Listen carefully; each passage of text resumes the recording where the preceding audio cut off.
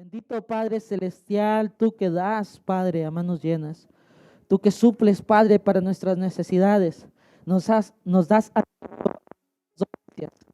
Padre, tú que ves por nosotros y nos cuidas. Te pedimos en este momento que nos ayudes, Padre, a que nuestro corazón pueda ser abierto, a que podamos escuchar tu palabra, Padre, y podamos vivir de acuerdo a ella. Te pido por cada uno de los que están aquí presentes, Padre, que podamos realmente cimentarnos, fortificarnos en ti, Padre. Que realmente busquemos cumplir con lo que tú nos hablas, con lo que tú pides de nosotros.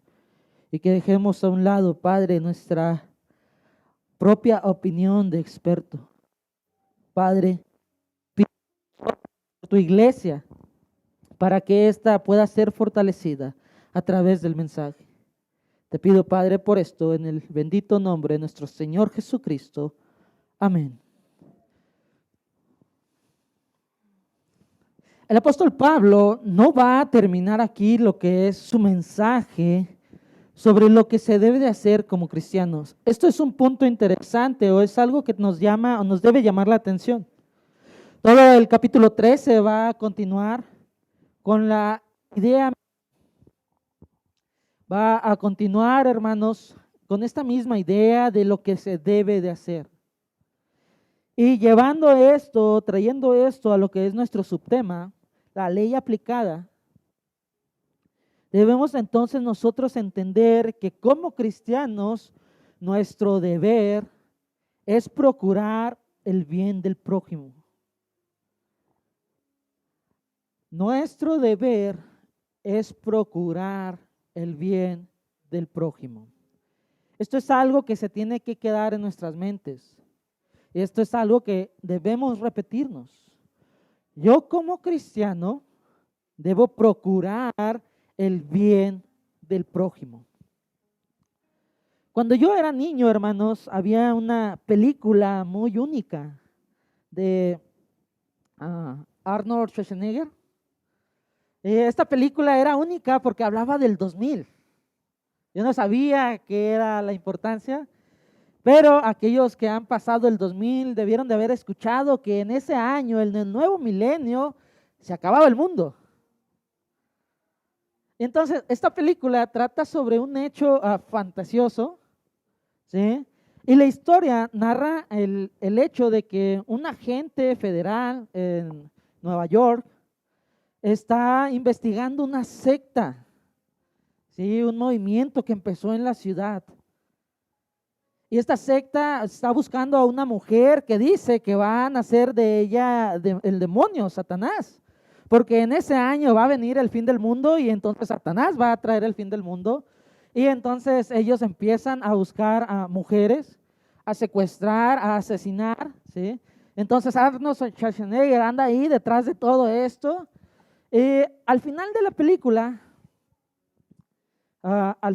película, él lleva a la mujer a una iglesia, ¿sí? Y logra hacer que el niño que va a nacer no sea poseído por Satanás. Recuerdo mucho este pedazo porque era impactante para mí, un niño, de que en la iglesia se abre enfrente donde están los santos y todo, se abre en medio y sale un demonio, sale Satanás. Y entonces posee a Arnold, ¿sí? Lo posee, lo toma. En medio de todo esto hay una figura del ángel Gabriel con su espada. Esta figura se cayó y la espada queda hacia arriba y entonces Arnold, con lo último de sus fuerzas, voltea hacia esta escultura y entonces decide sacrificarse. Él va y se ensarta en lo que es esta espada. Y entonces Satanás es vencido, porque no pudo lograr su objetivo. Lo interesante, lo que quiero resaltar, hermanos, es este personaje, el agente. Este hombre fue más allá de lo que correspondía a su trabajo. Como agente, ¿sí? Este hombre tenía que estar investigando cuál era la causa de las muertes y secuestros de las mujeres. Pero cuando se encontró con la secta, cuando se encontró con este grupo, fue más allá de su deber. No solo buscó arrestar a estos hombres, sino parar con esta idea del fin.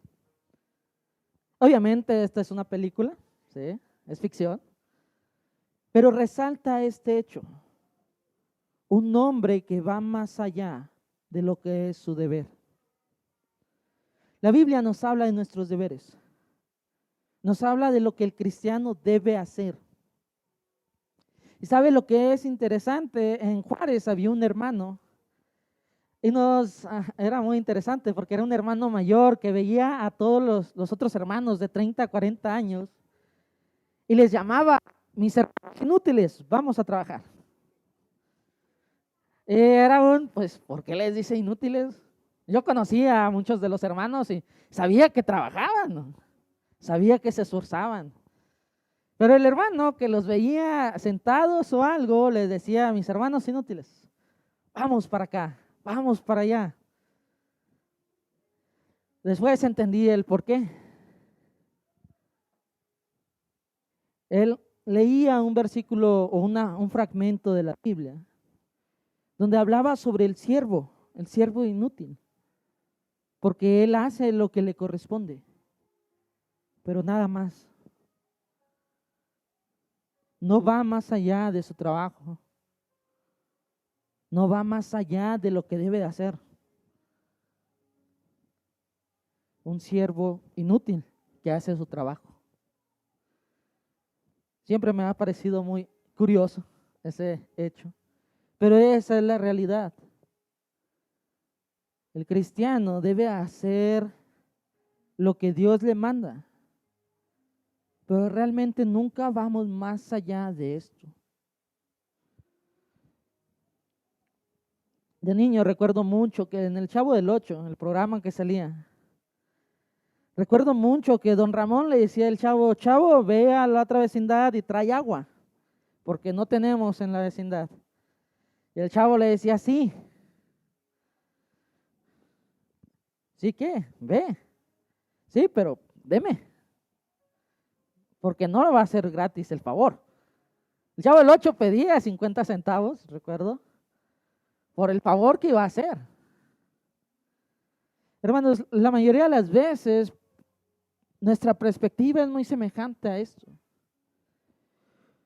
El cristiano debe hacer lo que le corresponde, sin esperar algo más, sin esperar una respuesta de la otra persona o de lo que se está haciendo. El cristiano debe de hacerlo en obediencia a Dios. Ese es el punto, nuestra obediencia a Dios. De ahí partimos. La ley que se le dio al cristiano, el mandato que se dio es amar a Dios con todo nuestro ser. Entonces, si uno ama a Dios con todo su ser, va a ser obediente a Dios. Y esto supone o nos lleva a pensar que si vamos a ser obedientes a Dios, debemos de poner nuestra opinión y nuestra voluntad a un lado. Porque mi opinión y mi voluntad no van a actuar conforme a lo que Dios me manda. La mayoría de las veces vamos a ser como ese hijo al cual la madre le dice: bueno, ve y alza tu cuarto.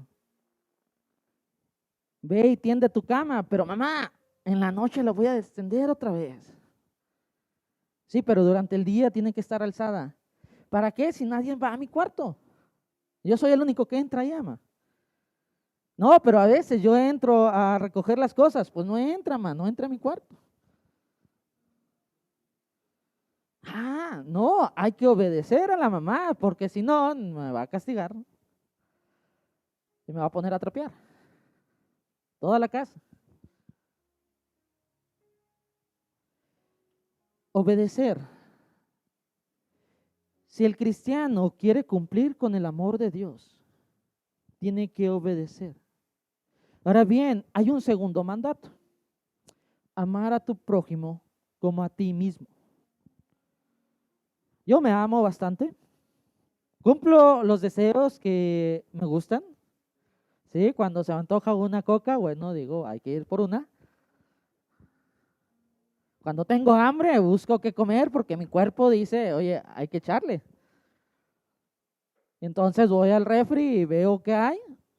Si no encuentro nada ahí, bueno, voy con el güero y pido algo para hacer rápido. Y luego como. Cuando tengo frío, voy y me cobijo. Cuando ando sediento, voy por otra coca. Yo a mí me amo y cumplo lo que mi cuerpo necesita y a veces deseos que tengo. Entonces, el mandato es amar a mi prójimo como a mí mismo.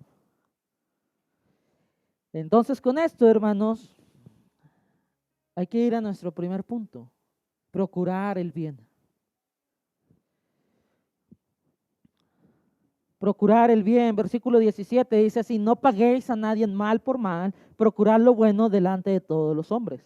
Si es posible, en cuanto dependa de vosotros, estad en paz con todos los hombres. No pagues a nadie con el mal. Esto, hermanos, ya es difícil. Esto ya es complicado porque quiere decir que si alguien me ofende, que si alguien me daña, que si alguien realmente ha venido y me ha dañado física, emocional, psicológica, ¿de qué otras maneras se pueden dañar? Hay muchas maneras ya hoy en día. Pero por lo menos esas tres, que son la base de todo. Si alguien me daña, el mandato es no regresar ese mal que se me ha hecho. Es así de simple. No pagues el mal con más mal. No lo hagas. Pero es complicado a nuestro ser. Es realmente difícil hacernos entender que si alguien viene y me abofetea, no responder de la misma manera. Que si alguien viene y me critica, me señala y viene a causarme problemas, no responder de la misma manera.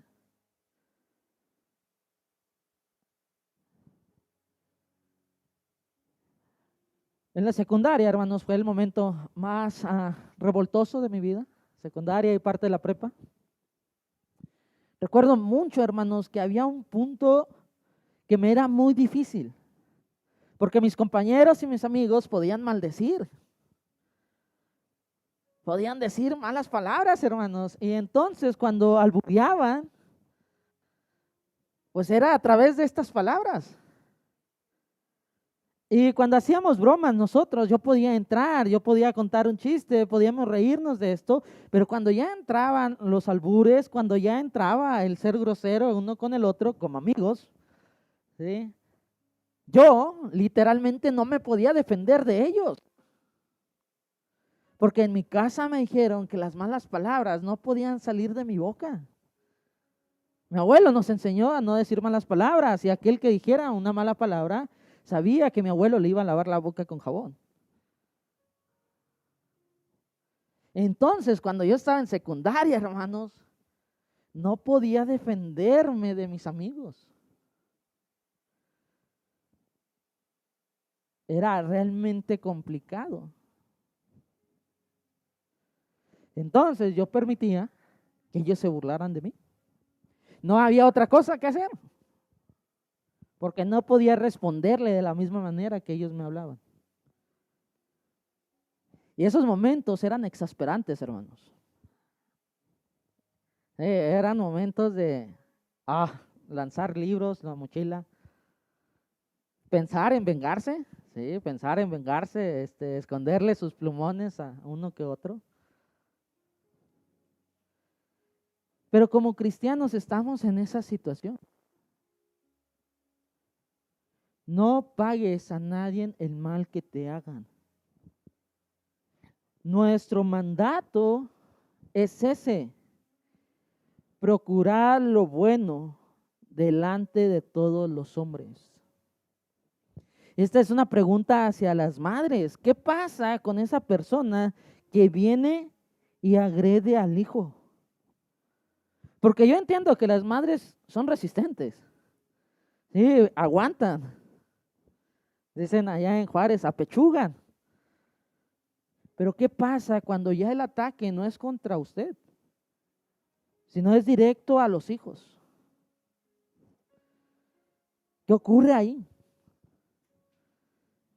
Ah, es más complicado ahora. Y pensaba mucho en lo que escuché de un hombre diciendo, bueno, cuando ocurre un accidente, porque los accidentes ocurren, y tu hijo lastima a alguien, un error, vas y te disculpas con la persona, oye, entiéndelo, son niños, están jugando, es un accidente. Le pegó porque andaba corriendo y se metió. A todos le puede pasar. Pero él decía, pero cuando lo cambias y es tu hijo el que está tirado llorando, vas y quieres comerte al niño. Vas y le dices, ¿qué pasa con tu pandillero? Mira cómo me lo dejó. Es muy diferente la actitud, ¿verdad? Ahora bien, el cristiano tiene que tener la misma actitud que cuando va a disculparse, que cuando otro viene a disculparse con uno. Este es el mandato y esto es lo que se pide. No le pagues el mal a nadie. Procura lo bueno delante de los hombres. Procura el bienestar de ellos. En Efesios capítulo 4, versículo 32, el apóstol Pablo nos escribe diciéndonos esto. Antes, sed benignos unos con otros, misericordiosos, perdonándoos unos a otros, como Dios también os perdonó a vosotros en Cristo. Si usted tiene duda o si usted tiene una dificultad al tratar con su prójimo, piense en el estado que realmente se encuentra usted. Usted como pecador ha ofendido a Dios. Usted como pecador merece el juicio de Dios. Pero Dios, a través de Cristo, le ha perdonado sus faltas, le ha perdonado su pecado. Esa es su situación. Con este ejemplo, entonces usted tiene que reaccionar hacia su prójimo. Como Dios ha tratado con usted, usted debe tratar a lo que lo rodean. ¿Dios le ha perdonado sus pecados? Perdone a otros. ¿Dios ha sido misericordioso con usted? Dé misericordia a otros. ¿Dios le ha dado a manos llenas? Entonces tiene que empezar a dar a otros. ¿Dios le ha mostrado su amor? Ame a otros. Procurad el bien. Dice el 18, si es posible, en cuanto dependa de vosotros, estad en paz con todos los hombres. Esto depende de ti. Esto es de mí hacia los otros. Lo que los otros vayan a hacer hacia mí es de ellos. Nosotros tenemos un mandato y tenemos que obedecer, es de mí hacia allá. En mi casa mi mamá nos enseñaba algo, que hay que obedecer a los padres. Y entonces había que realmente obedecer a mis padres. Había consecuencias por no obedecer a mis padres. Así que dependía de mí si iba a ser obediente o no. Era de mí hacia lo que dijeran mis padres. No había otro factor. No había alguien más. Era completamente y plenamente mi responsabilidad si yo iba a obedecer a mis padres. Lo mismo ocurre aquí. En cuanto de ti dependa, ¿sí? Repítalo, en cuanto de mí dependa, debo estar en paz con todos. En cuanto de mí dependa. Ya si la persona con la cual hice un conflicto no quiere, No más porque, pues, su orgullo se daña. Entonces el apóstol Pablo dice, no te vengues. Responde en el siguiente versículo, de esta manera, no os venguéis vosotros mismos, amados míos, sino dejad lugar a la ira de Dios, porque escrito está. Dejad el lugar a Dios, hermanos, porque esto es lo que dice, mía es la venganza, yo pagaré, dice el Señor. Entonces hay que dejar el lugar a Dios. En el Antiguo Testamento, nosotros vamos a encontrar una cualidad que casi no hablamos de Dios, que Dios es celoso. Dios es celoso de su nombre. Dios es celoso de su gloria. Él no la comparte con nadie. Nadie puede estar al mismo nivel que Dios, porque Él es Dios. Es diferente a toda la creación. Entonces Dios tiene esta cualidad. Es celoso de sí mismo y celoso de su pueblo. Él cuida a su pueblo, Él está con su pueblo, y en Isaías capítulo 1, versículo 23, nos dice lo siguiente. Dice así, tus príncipes prevaricadores y compañeros de ladrones, todos aman el soborno y van tras las recompensas. No hacen justicia al huérfano, ni llega a ellos la causa de la viuda. Por tanto, dice el Señor Jehová de los ejércitos, el fuerte de Israel, ¡Ea! Tomaré satisfacción de mis enemigos, me vengaré de mis adversarios, y volveré mi mano contra ti, y limpiaré hasta lo más puro tu escoria, y quitaré toda tu impureza. Restauraré tus jueces como al principio, y tus consejeros como eran antes. Entonces te llamarán ciudad de justicia, ciudad fiel. Él es vengador. Él no deja la injusticia al aire. Entonces, hermanos, cuanto dependa de usted, procure estar bien con los demás. Si aquella otra persona no quiere, no está de acuerdo o quiere seguir en ira, déjele lugar a Dios. Él tomará su venganza. Él tomará su justicia. Él actuará. Pero déjele su lugar a Dios. No intente tomarlo usted. Porque nuestra justicia no obra para Dios. Y sí, se siente muy satisfactorio hacer justicia por nuestra propia mano. Pero esto no crea nada bueno. En Durango, hermanos, está parte de la familia de mi papá. Durango es único, ¿sí? El lugar son rancherías, pueblos. Y la familia de mi papá tiene un problema. Está en contra de otra familia. Eran amigos y en una borrachera salieron de pleitos. Y entonces esto continuó hasta que se perdió una vida. No sé si fue una de parte de la familia de ellos, uno de parte de la familia de mis papás, pero sé que una vida se perdió en el conflicto. Y entonces, hermanos, fue ellos contra los de mi papá y los de mi papá contra ellos. Hasta el grado, hermanos, de que aún hoy en día algunos familiares andan armados por el hecho de que puedan llegar a buscar su vida. Algunos otros familiares ya han salido de Durango, han dejado ese lugar porque no hay una manera de arreglarlo por ellos mismos. Han buscado su propia justicia hasta hoy. Y eso solo les ha traído dolor. Eso solo les ha traído más ira. Eso solo los ha llevado a perder a familiares.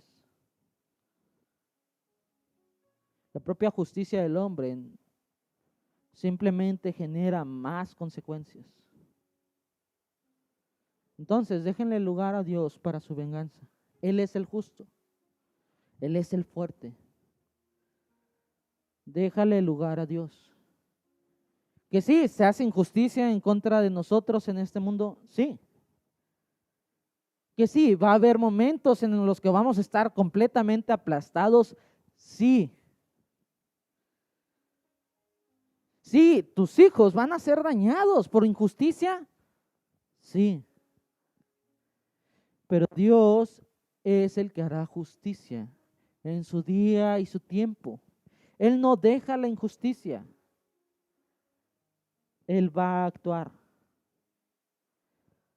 Entonces, en cuanto dependa de ti, cuanto dependa de mí, busca la paz para con los demás y deje que Dios haga justicia. Él va a obrar, sin duda lo va a hacer, pero déjenle su lugar, el que le corresponde a Él.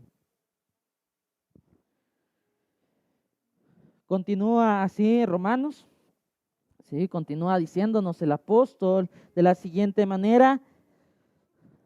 Así que, o sea, esto es lo que corresponde. Si tú le vas a dejar el lugar a Dios, esto es lo que viene a ti. Así que tienes que vencer el mal con el bien. Y aquí tengo la historia de Nehemías, se las voy a contar rápidamente. Un hombre que estaba en una muy buena posición, un hombre que estaba en el palacio sirviendo al rey, un hombre que no sufría. Escuchó que su ciudad, la ciudad santa, Jerusalén, estaba demolida. Sus muros estaban caídos, el templo estaba descuidado.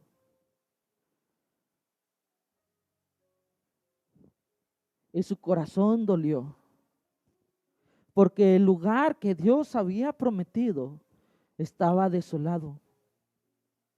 Entonces este hombre va a orar.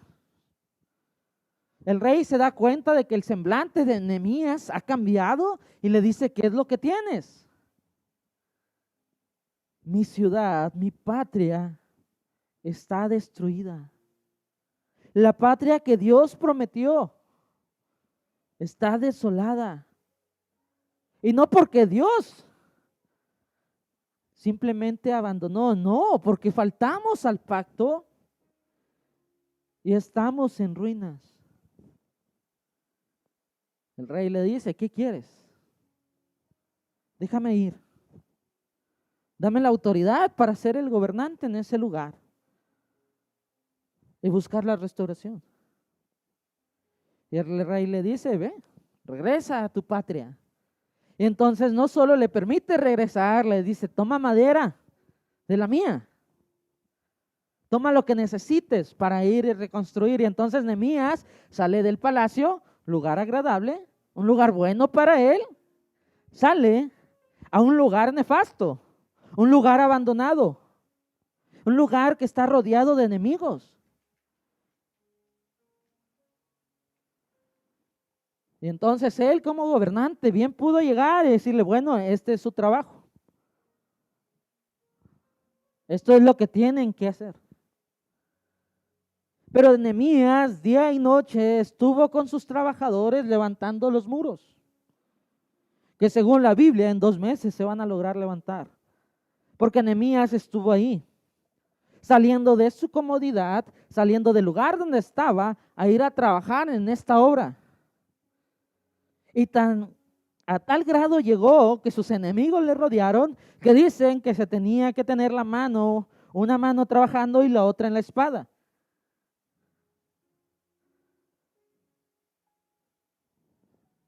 Nehemías va a cumplir y va a salir de lo que es su comodidad.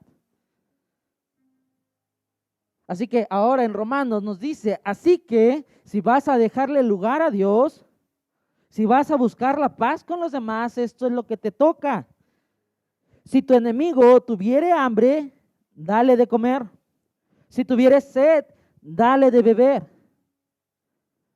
Pues haciendo esto, ascuas de fuego amontonarás sobre su cabeza.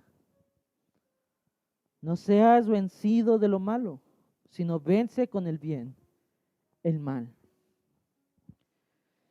El cristiano debe salir de su propio pensamiento de decir, bueno, es que esto está así. Es que yo lo veo esto así. Es que yo pienso que esto es así.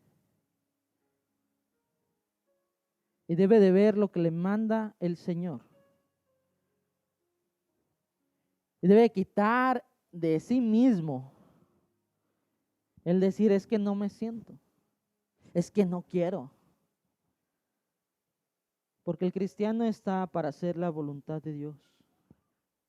Y si realmente va a dejar el lugar a Dios, tiene que quitar de sí mismo su orgullo, tiene que quitar de sí mismo su propia voluntad, tiene que quitar de sí mismo la ira que siente y dejárselo a Dios, entregarlo realmente a Dios y entonces actuar para con su prójimo. Si bien el apóstol Pablo identifica a este prójimo como enemigo, recordemos lo que el Señor Jesucristo enseña sobre los enemigos. Amad a sus enemigos. Porque nos es muy fácil amar a los que nos aman.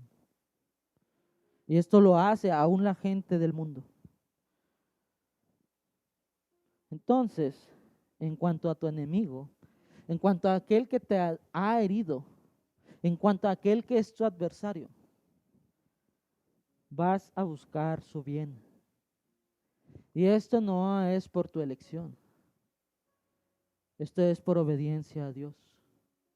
En el amor que Él ha sentido por ti, en este mismo amor vas a hacerlo por Dios. Así que mis hermanos, el apóstol Pablo termina este capítulo con una acción. Si tiene hambre, dale de comer. La hermana Lucy nos invitó por unas hamburguesas, creo que, bueno, hay que disculparnos con ella. No sé quién sea su enemigo, pero pues salimos beneficiados muchos. No, no solo así, no solo es, bueno, tiene necesidad. Tienes que ir y presentarte ante Él. Tienes que ir y realmente hacer lo que te corresponde. Este es el hecho, así termina el apóstol. Tienes que estar practicando con hechos. Las necesidades o la necesidad más básica del hombre es la comida y el beber, el tomar agua. Entonces, si lo más básico se debe dar, aún debemos de ir más allá de eso. Debemos de actuar más allá de eso. ¿Por qué? Porque es lo que corresponde al cristiano. ¿Tienes un esposo difícil? Ámalo. Perdónale. Corrígelo. Y en cuanto dependa de ti, esposa, tener paz para con él. ¿Tiene una esposa complicada? Ámala. Es tu carne. Guíala. Eres cabeza del hogar. Protégela. Te corresponde.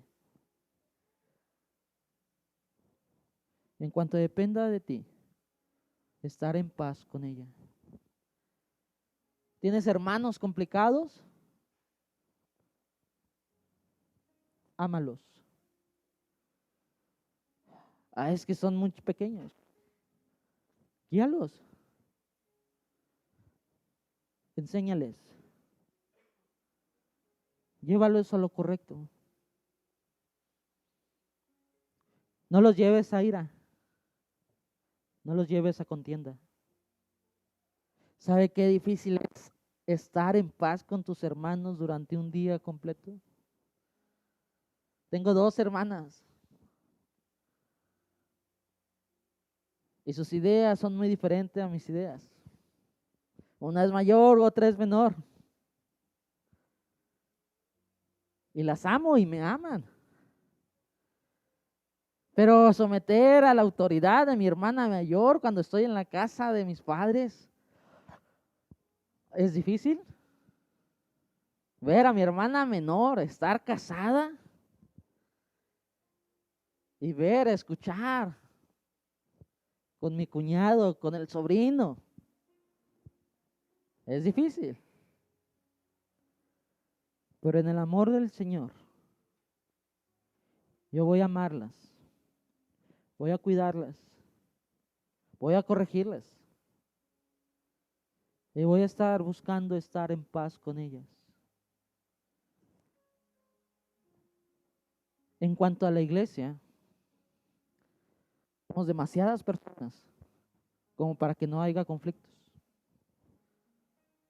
Somos de diferentes lugares como para que no haya roces en nuestra manera de pensar, en lo que se nos ha enseñado, en cómo hemos vivido. Somos de diferentes lugares como para no tener ideas diferentes. Pero en cuanto dependa de ti, busca la paz para con los demás. Esto es lo que te corresponde. Tienes que hacerlo. No hay otra medida. No hay otro lugar, no hay otra regla. Hay cosas por hacer. Hazlas. Hazlas para con el Señor. Hazlas en ese amor que se te mostró a ti. Termino.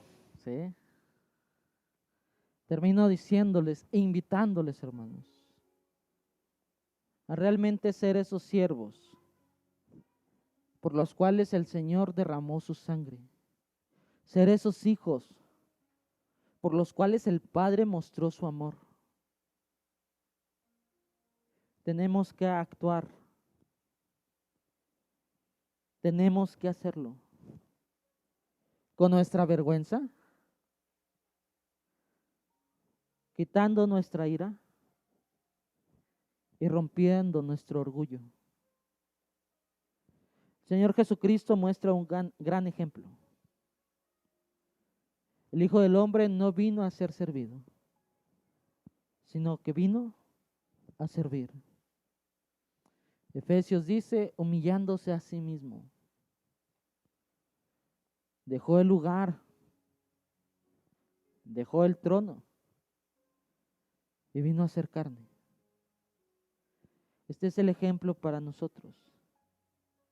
Nuestro orgullo, nuestro sentir, nuestro pensar, realmente no beneficia para la obra de Dios. Como siervos, obremos conforme al mandato de Dios. Bendito Padre Celestial, venimos ante ti, Padre. Venimos ante ti buscando ser dignos, dignos de ser tus siervos, dignos, Padre, de ser llamados tus hijos. Venimos a ti, Padre, que nuestro corazón esté buscándote más y más. Y que mientras más te conocemos, mientras más podemos saber de ti, Padre, más podemos cambiar, más podemos formarnos a tu imagen. Te pido entonces, Padre, para que todo aquello que no ayude a mi prójimo, todo aquello que no me haga estar en paz con los que me rodean, o todo aquello que me influye a hacer cosas malas, a pagar el mal con mal, te pido que podamos romperlo, podamos quitarlo de nosotros y que podamos ser obedientes a ti. Podamos ir más allá de lo que se nos ha pedido, que busquemos ser siervos de excelencia. Entendemos, Padre, que tú eres el que se vengará, que tú eres el que dará su justicia. Y también debemos de entender que eso también se aplica hacia nosotros. Entonces, Padre, permítenos venir delante de ti y humillarnos. Venir delante de ti, Padre, para ser ese hijo que realmente refleje a nuestro Señor Jesucristo en este mundo. Ayúdanos a actuar como es debido. Te pido por tu iglesia, por cada uno de mis hermanos y por mí mismo, para que tu Espíritu, Padre, nos guíe hacia lo que es correcto. Te pido, Padre, por esto, en el bendito nombre de nuestro Señor Jesucristo. Amén.